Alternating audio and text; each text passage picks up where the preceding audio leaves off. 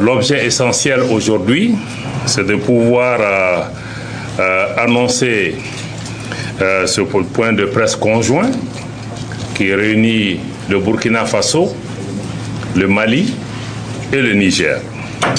Je voudrais, avant de faire ma déclaration, pouvoir présenter nos collègues qui sont avec nous. À ma droite, nous avons Madame Olivia Rwamba, qui est ministre des Affaires étrangères, de la coopération régionale et des Burkinabés de l'étranger du Burkina Faso. Suivi de Monsieur Jean Karamogo Traoré. Non, je crois que je vais revenir à lui. Voilà, je vais finir avec le Burkina. Donc, de Monsieur Jean Karamogo Traoré, qui est à l'extrême gauche, qui est le ministre délégué au ministère des Affaires étrangères, de la coopération régionale et des Burkinabés de l'extérieur du Burkina Faso, spécialement chargé de la coopération régionale. Ensuite, nous avons une délégation de la République sœur du Niger, conduite par le colonel Abdourahmane Amadou, ministre en charge de la jeunesse, des sports et de la culture, porte-parole du Conseil national pour la sauvegarde de la patrie, assurant l'intérim du ministre des Affaires étrangères de la République du Niger. Aussi, membre de cette délégation de la République du Niger, le colonel Sani, ici à ma droite, qui est le secrétaire permanent du Comité national pour la sauvegarde de la patrie de la République du Niger. Et pour la République du Mali, nous avons le colonel Sadio Kamara, ministre de la Défense et des anciens combattants, et moi-même, Abdoulaye Diop, ministre des Affaires étrangères et de la coopération internationale. Nous avons cette délégation aujourd'hui l'honneur, au nom des plus hautes autorités du Burkina Faso, du Mali et du Niger, d'annoncer la conclusion d'un important traité par nos trois pays, notamment à travers son Excellence le capitaine Ibrahim Traoré, président du Faso, chef de l'État du Burkina Faso, son Excellence le colonel Assimi Goïta, président de la transition, chef de l'État du Mali, et son Excellence le général Abdourahmane Tchani, président du Conseil national pour la sauvegarde de la patrie, chef de l'État de la République du Niger. Traité dénommé comme il suit. Charte du Liptako Gourma instituant l'alliance des États du Sahel entre le Burkina Faso, la République du Mali et la République du Niger.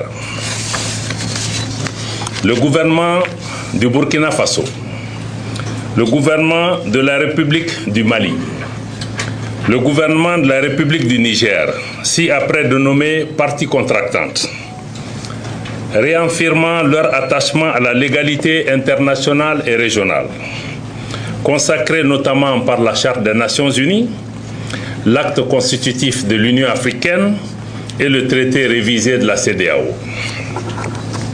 Convaincus de la nécessité de poursuivre les luttes héroïques menées par les peuples et les pays africains pour l'indépendance politique, la dignité humaine et l'émancipation économique.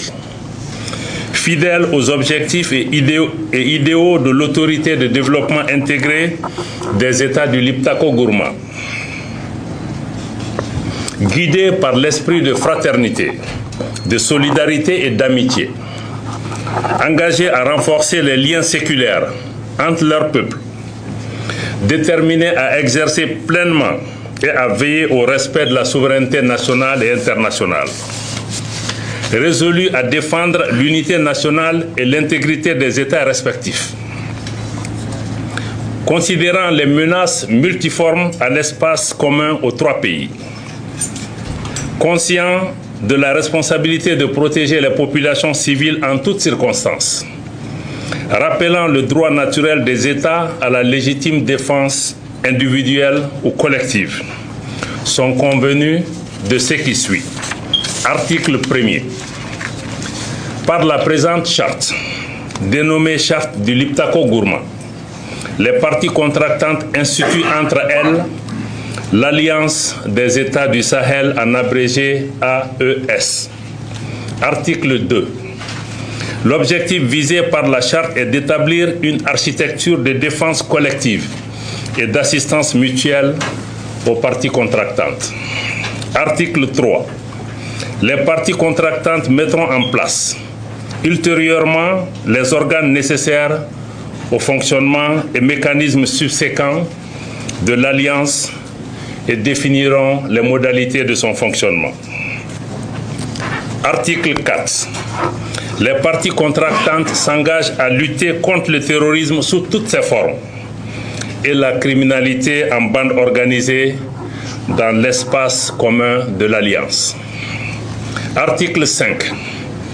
Les parties contractantes œuvreront en outre à la prévention, la gestion et au règlement de toute rébellion armée ou autre menace portant atteinte à l'intégrité du territoire et à la souveraineté de chacun des pays membres de l'Alliance, en privilégiant les voies pacifiques et diplomatiques et en cas de nécessité à user de la force pour faire face aux situations de rupture de la paix et de la stabilité. Article 6. Toute atteinte à la souveraineté et à l'intégrité territoriale d'une ou plusieurs parties contractantes sera considérée comme une agression contre les autres parties et engagera un devoir d'assistance et de secours de toutes les parties, de manière individuelle ou collective, y compris l'emploi de la force armée, pour rétablir et assurer la sécurité au sein de l'espace couvert par l'Alliance.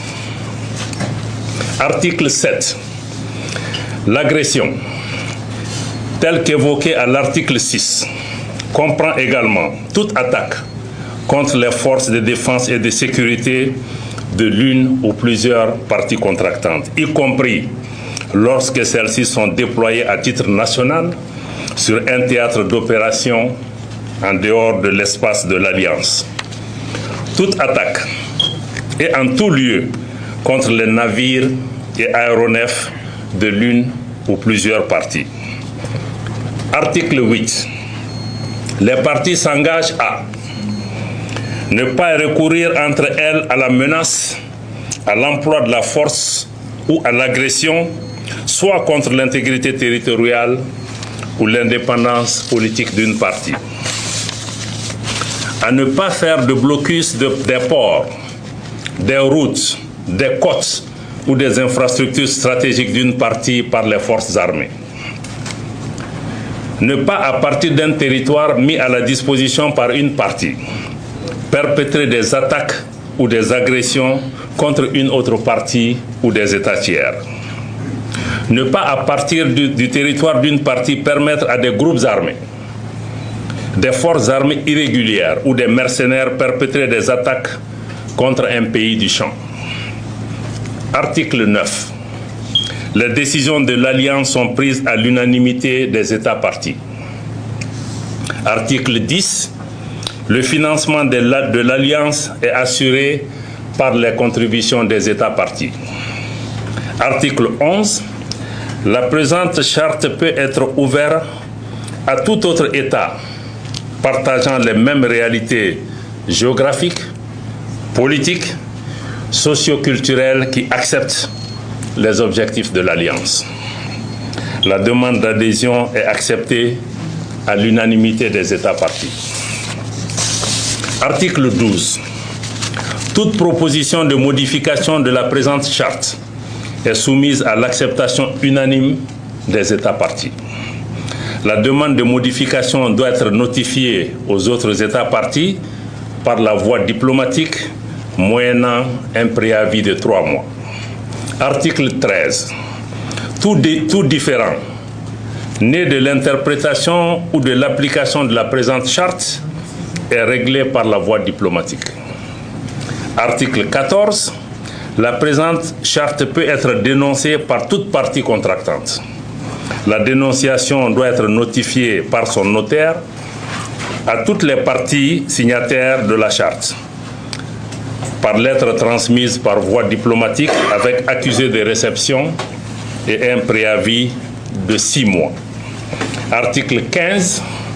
La présente charte sera complétée par des textes additionnels en vue de la mise en œuvre des dispositions prévues à l'article 3. Article 16. Les parties acceptent les termes de la présente charte qui entre en vigueur dès sa signature par toutes les parties. Article 17. La République du Mali, désignée dépositaire de la présente charte, transmet les copies certifiées aux autres États parties. Le dépositaire reçoit et soumet à la décision unanime des États parties toute nouvelle demande d'adhésion à l'Alliance, conformément aux dispositions prévues à l'article 11 de la présente charte. Fait ce jour, 16 septembre 2023,